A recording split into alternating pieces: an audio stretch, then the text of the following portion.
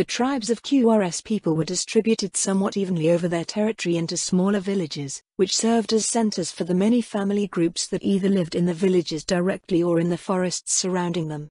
11 villages meant that roughly 11,000 of his people were on their way at best, not counting the 1,500 or so those from his own village's area. The reports from the various, often confused, sources in their sudden evacuation could not give him any concrete numbers, but he would see for himself soon enough. He silently shook his head as he tried putting a number to all the fleeing people he had seen along the way. While half of the villages were reportedly overrun, it did not mean that the other half would arrive unscathed, or at all. The small groups living out in the lands outside of the villages would be easily overwhelmed by the numbers of fiends he had witnessed attacking their lines so far. The warning from the runners he had sent out would have needed days and weeks to reach most of them. It was a miracle that they had reached half of the villages in time. Hopefully, survivors from the outskirts would appear at some point, but the rest of them couldn't afford to wait with Yaldabaoth's forces nipping at their heels. The howls of the hellhounds and sounds of light battle filled the air as the next wave was put down all along the column. QRS pointedly stayed out of the fighting as he continued organizing his people. Like most lords of various races, QRS was not only a powerful member of his species but had also developed the supernatural ability to lead and support his people. The effects and abilities varied from race to race, but, under his leadership, his people became more coordinated, iron-willed, and fought harder. He could see the people's expressions lift even as they laid eyes upon. They grew hopeful and confident, understanding that he had come to lead them personally. At his orders, the lines drew together to become tighter and easier to defend as he slowly worked his way down the river of refugees. Village chiefs, like Dole, also demonstrated similar qualities, but QRS was the greatest leader in his tribe. Under his tangible influence, all understood that he stood over them, and no one could challenge his authority or skill. In times of strife, the other chiefs fell into their role as his captains, leading warbands composed of forces from their respective villages. He stopped occasionally to see how each village's mystics were doing, and it turned out that they had actually fared far better than his own. Attacks had been light. It seemed that the speculation about how QRS village was the hardest hit out of those that had shown up was correct. Still, it also meant the missing villages had been hit by something far stronger, else there would at least be some loose survivors coming in even while his runners were arriving to inform the others. Once the main body of Yaldabaoth's forces was done with those villages, QRS thought it highly likely that they would be coming their way. The sound of approaching hellhounds filtered through the forest again as he found the end of the procession. 2 village chiefs, Gad and Boj, were bringing up the rear with their warriors. "Looks like it's the same thing back here," QRS noted after they finished with the newest set. "Yep," Boj said. "We're getting pretty good at taking him out now, even the unblooded warriors and hunters. The time between waves is getting longer since we're getting rid of them faster. For being on the run, this feels a bit relaxing. Haven't had this much fun since that barfolk raid that got full of themselves and ended up in our neck of the woods." "I don't get it." Gad lowered his battle axe and turned around to face QRS. "They're spending so much mana conjuring these weak summons, why don't they just fly in and hit us with some spells that actually hurt?" "Yaldabaoth has been taking his time capturing the peoples in the hills for months," QRS told him. "His goal isn't to kill us." QRS looked up into the night sky. As long as everyone had traveled so far, dawn was still hours away. "Speaking of which," he added, "have there been any imps?" Boj and Gad exchanged looks. "Imps?" Boj said, "No, why?" "My village was attacked by hundreds of them," QRS said. "All at the same time, not like these packs of hellhounds that come in nice little waves. I figure they tried to paralyze us by taking out the tribal leadership, but we were stronger and more coordinated than they thought. That's why we've got these hellhounds now. They've realized we're one move ahead of them, and they're tracking us for something nastier that's on the way." Saying something like that is bound to invite trouble. The sound of hellhounds approached again, and Gad sighed. "See? Well, at least it's just Hell Fortress." The sound of Gad's impromptu parry rang through the air as a blur descended from above. A creature bounced off of Gad's enhanced defense, and Boj kicked it to the ground. QRS stepped forward to smash it with his war club, shattering its carapace with a dull crunch. They stared down at whatever it was that had fallen upon them, wrinkling their snouts at the pungent odor. What the hell? Gad said. A blader? No, what is this thing? The disintegrating corpse had a partially insectoid look, with two huge scythes similar to what one would find on a blader, a mantis-like race that lived in the Abelian hills. The sound of chitinous wings filled the air as more of the fiends fell upon the column, and the sound of battles joined along its length rose in the air. QRS helped the rear finish the additional assailants that had dropped down from the skies and surveyed the damage. As with the Hellhounds, these new creatures appeared to be summons, but they were substantially stronger. Several warriors around him had received deep gashes, and the uninjured warriors moved to intercept the Hellhounds that were trying to get by. He walked over to a shaman tending to the wounded. "Mystic," he said. "Do you know what those were?" "I've never seen the like before, chieftain," she shook her head. "They are beyond the summons that we've seen so far, but they're still probably a kind of fiend. Those scythes have some sort of venom on them, and it's hard for most of our people to resist it. This is going to cost us in mana."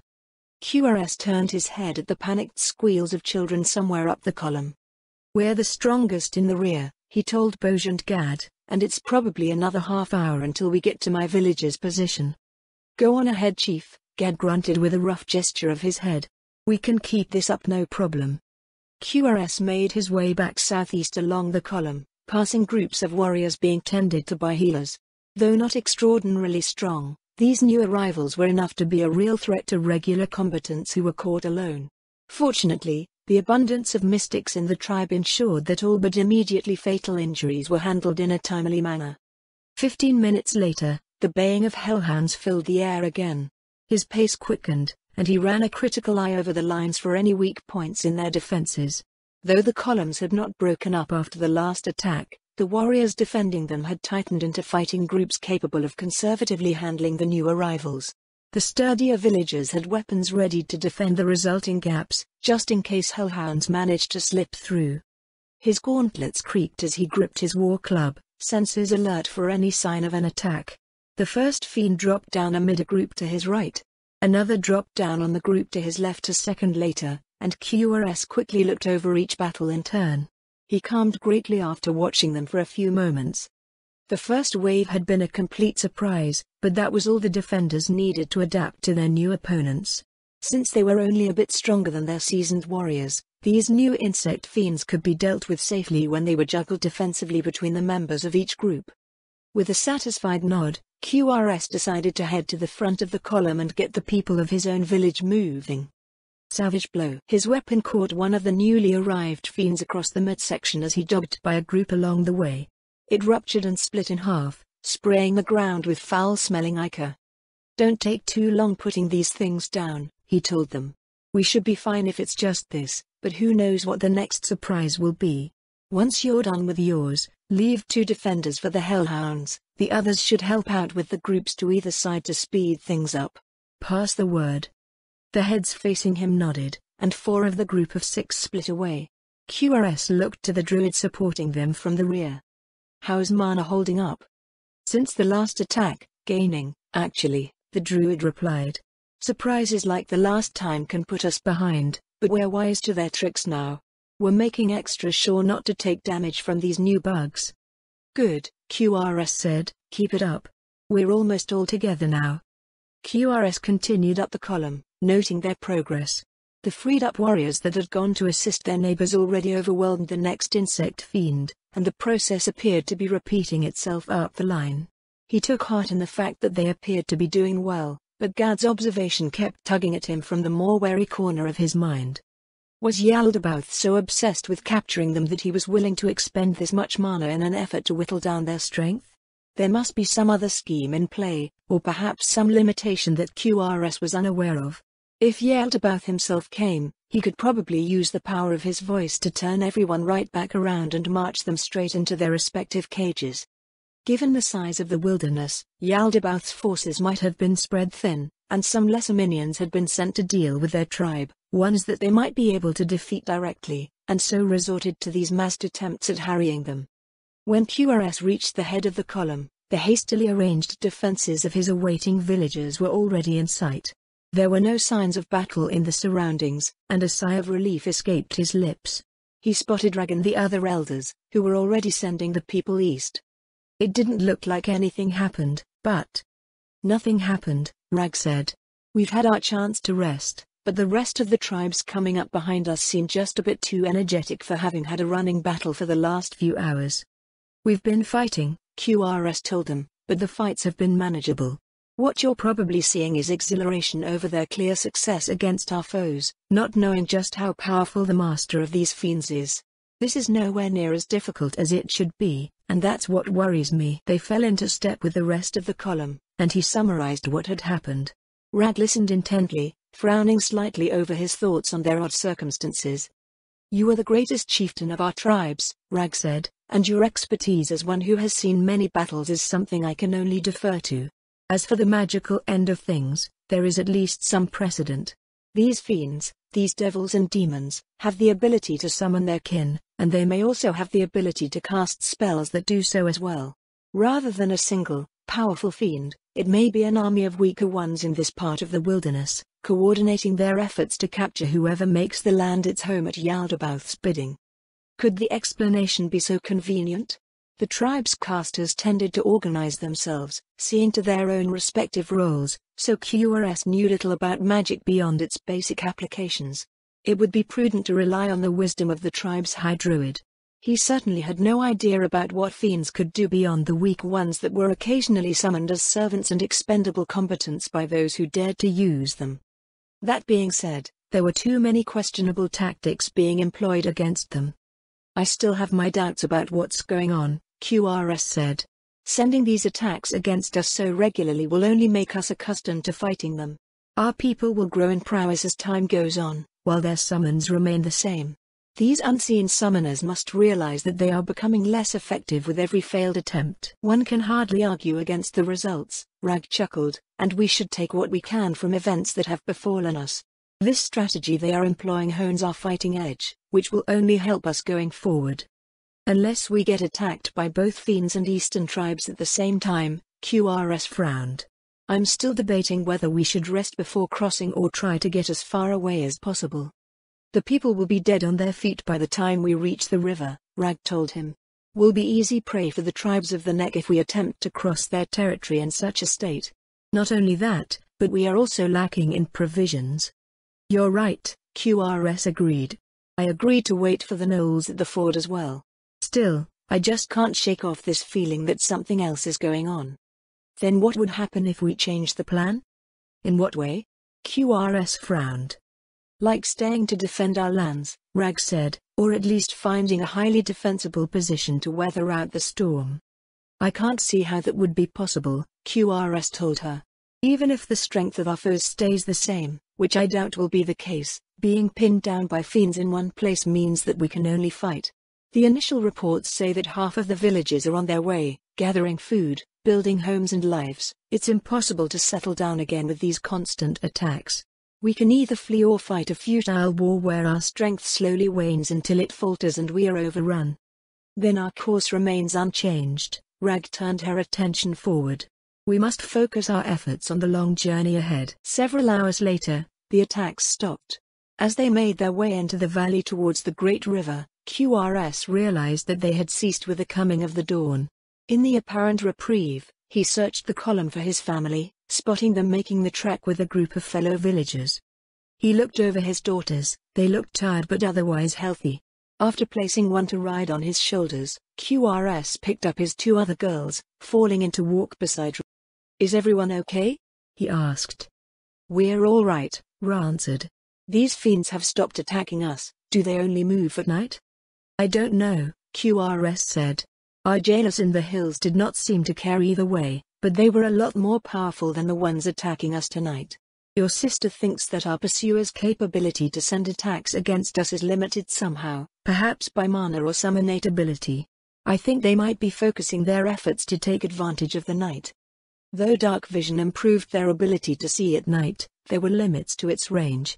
As such, the hours of darkness were still preferable for ambushes and sudden assaults like those that Yaldabaoth's forces had been conducting.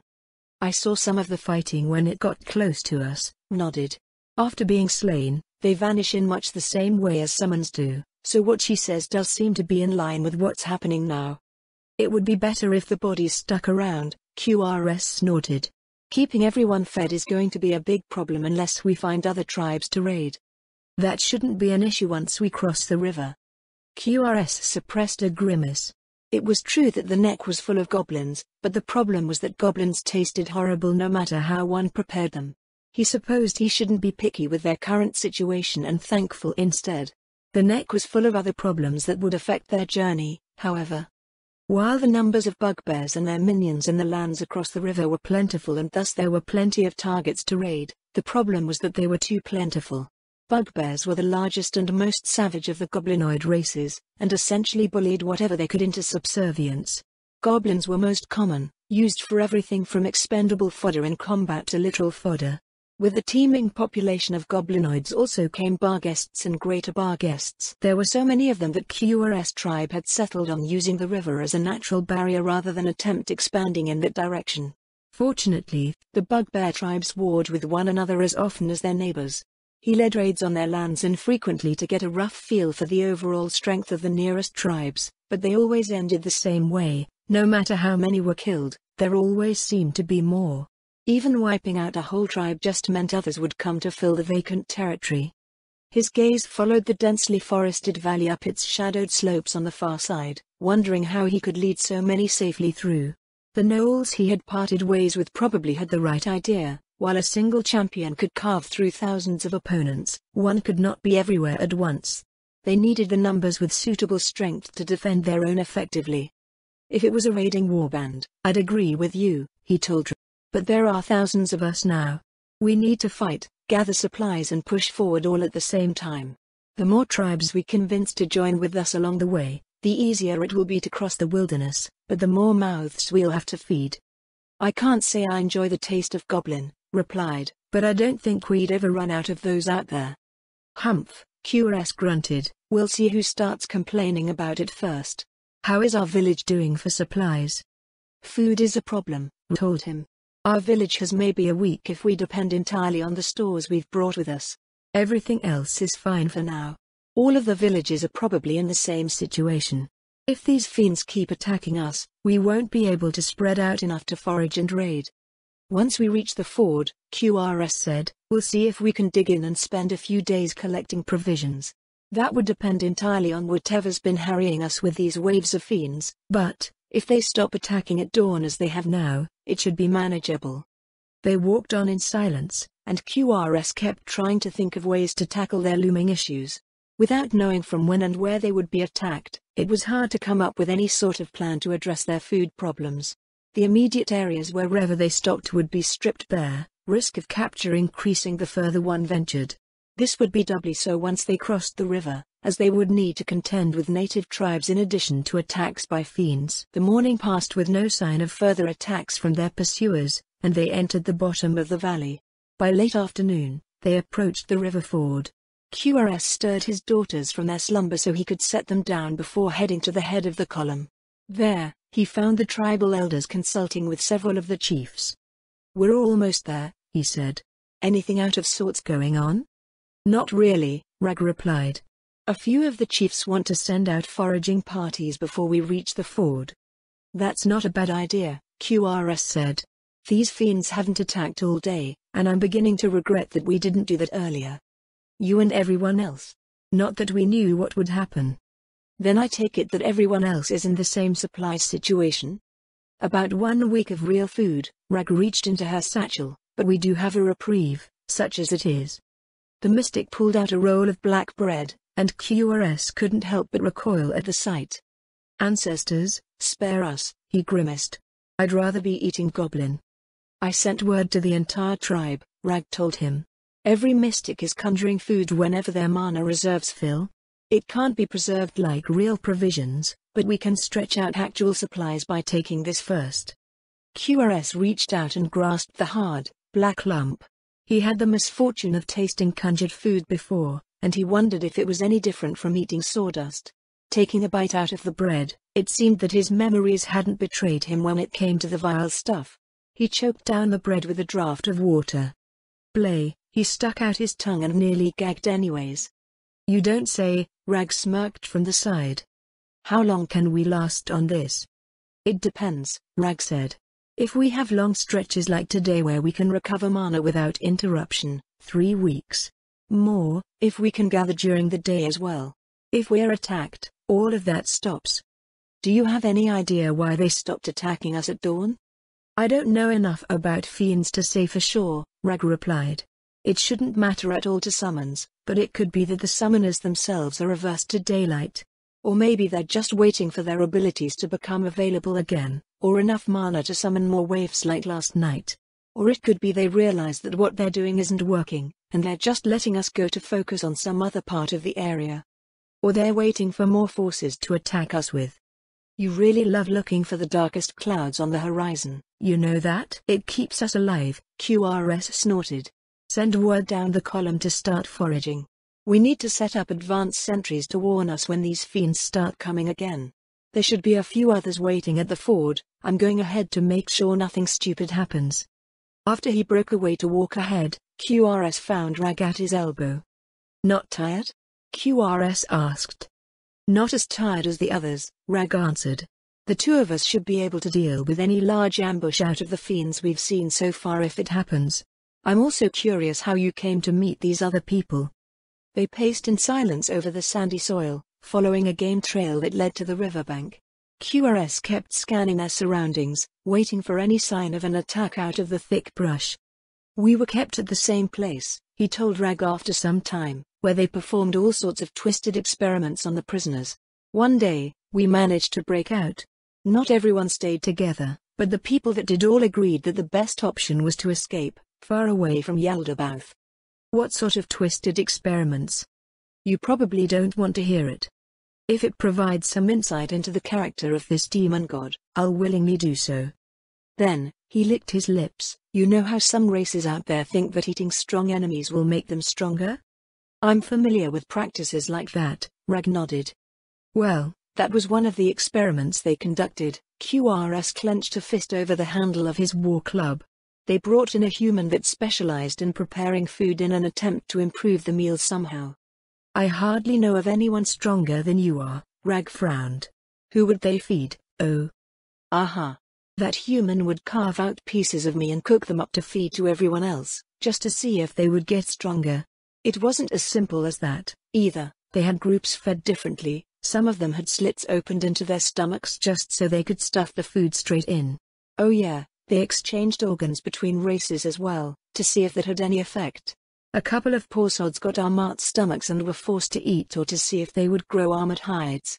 He took a swig from the skin of water at his waist, rinsing out his mouth before spitting it out. The more he spoke about it, the thicker his words felt. The raw memories were recent enough to clearly recall the sounds and smells of that place.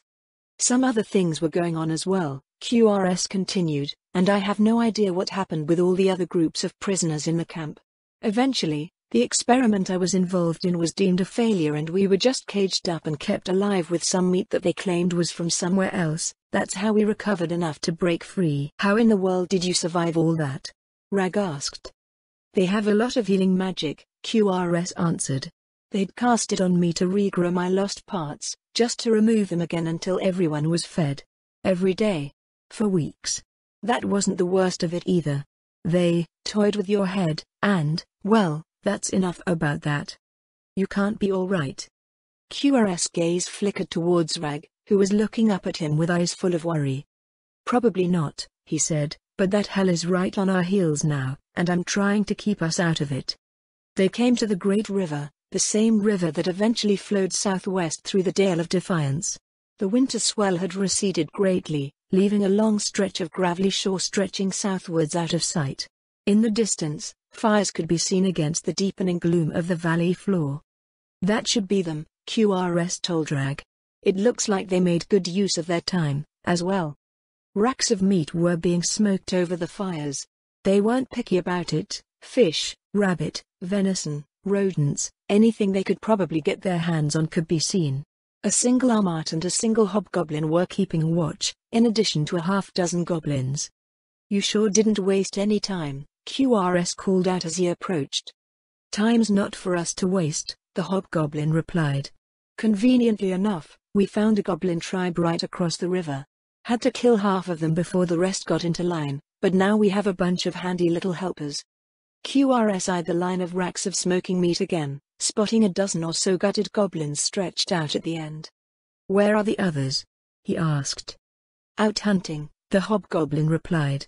"Of the gnolls, no sign yet." "Don't tell me it's just the two of you." "I came ahead to keep any accidents from happening," QRS said. "We're less than an hour away, 11 villages worth coming down from the northwest." "A good start," the hobgoblin nodded. "If the gnolls bring just as many, we can probably overrun any single tribe out there before they can even react." "Well, we have to keep an eye on our tails as well," QRS told him. "We were attacked by fiends all of last night." Both the Armart and the hobgoblin looked at him sharply. "How haven't the whole lot of you been captured?" the Armart asked. "Yaldabaoth wasn't there," QRS told them, "nor were any of his powerful minions. A few hundred imps attacked our main village, and more fiends attacked the rest as they came to join us. We must have killed several thousand hellhounds and hundreds of weird fiends with sickles as arms, like some cross between a blader and 6 other things."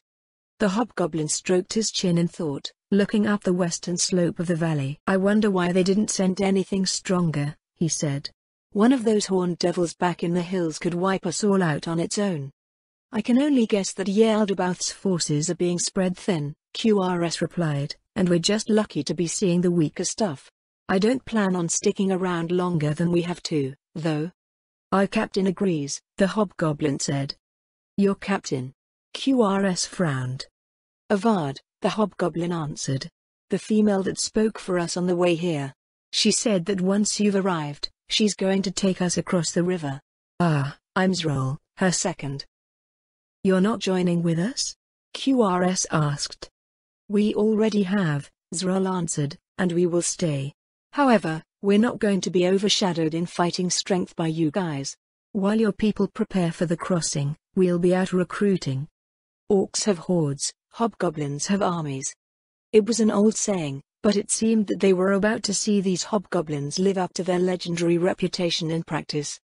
4 hobgoblins and a dozen goblins," QRS said. "Looks like a rough start." "It'll be fun," Zrol grinned. "Besides, it's not every day that you get to build a goblin army." Avad and the other hobgoblins returned to the camp shortly after the column from the northwest started to arrive. At least 5 dozen goblins accompanied her, carrying game animals, crudely crafted tools, and various other odds and ends.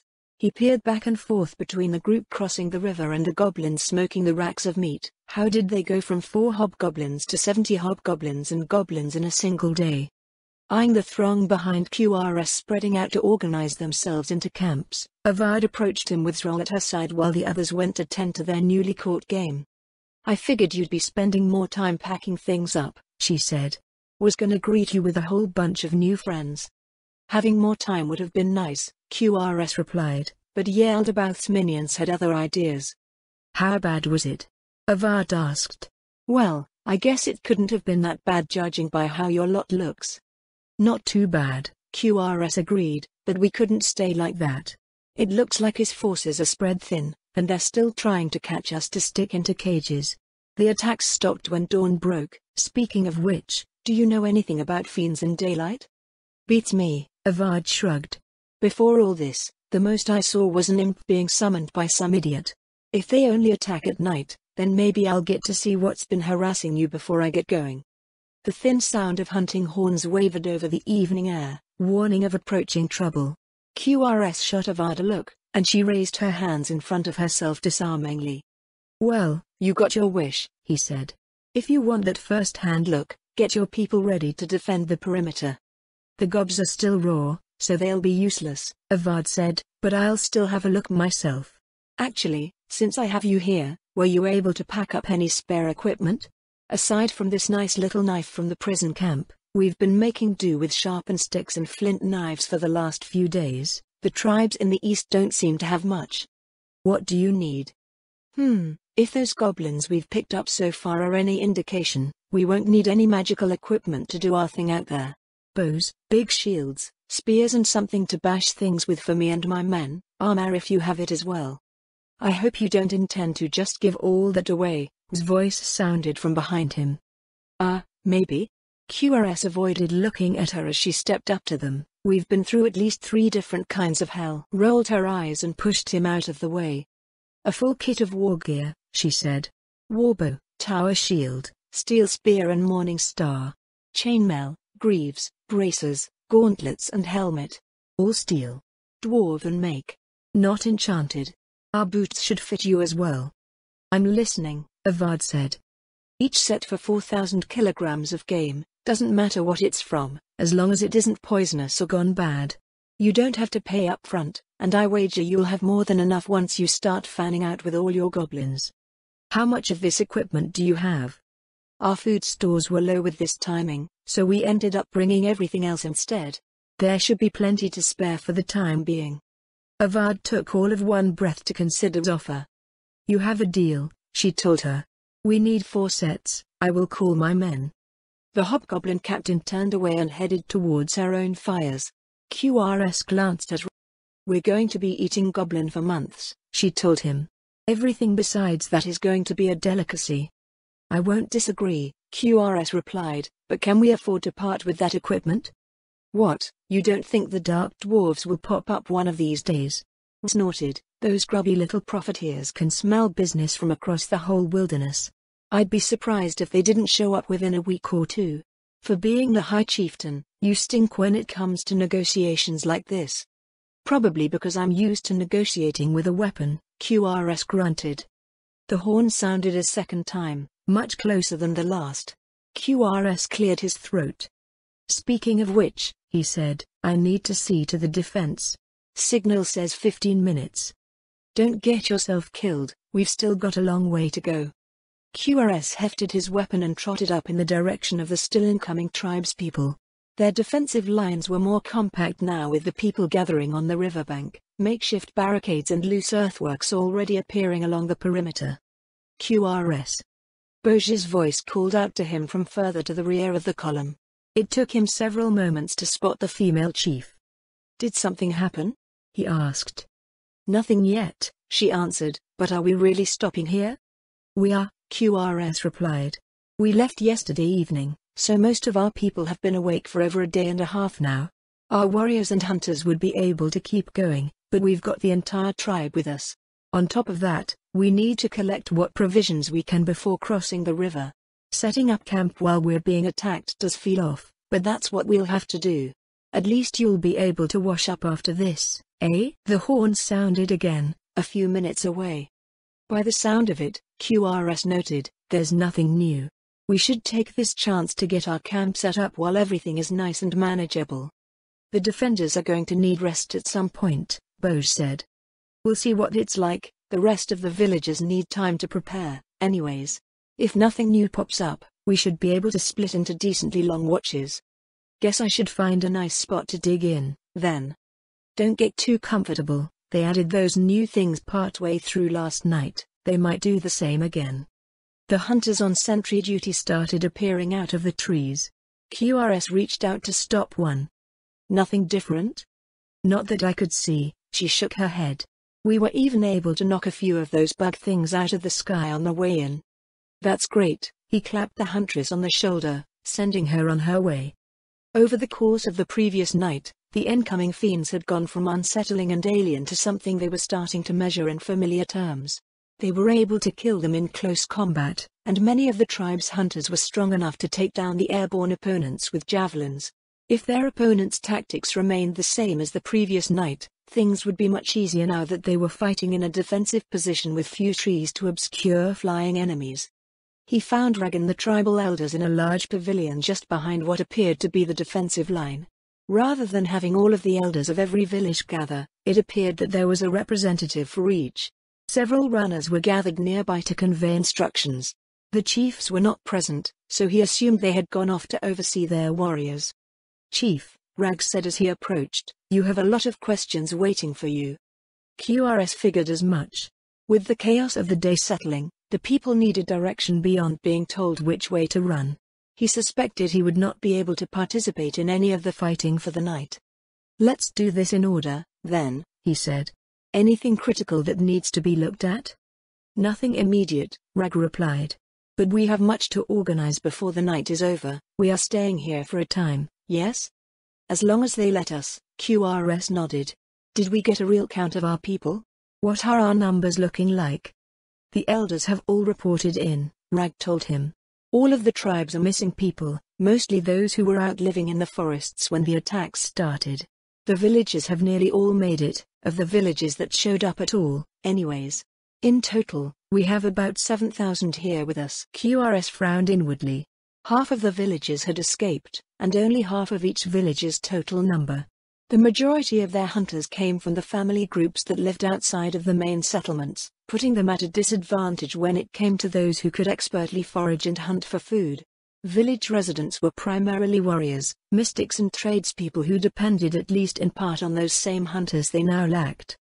The clash of hellhounds against the defensive line turned several heads, but QRS was too deep in thought to pay it any mind.